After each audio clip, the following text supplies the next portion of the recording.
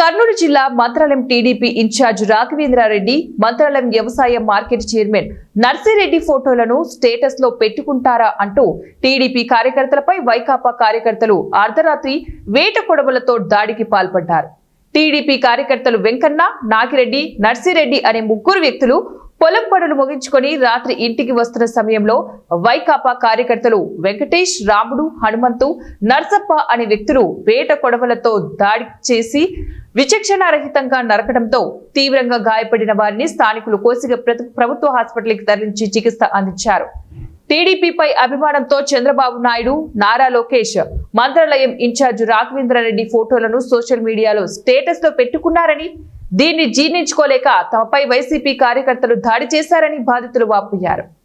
ఇందులో ఇద్దరికి తీవ్ర గాయాలు కావడంతో మెరుగైన వైద్యం కోసం ఆదుని ప్రభుత్వ హాస్పిటల్కి తరలించారు.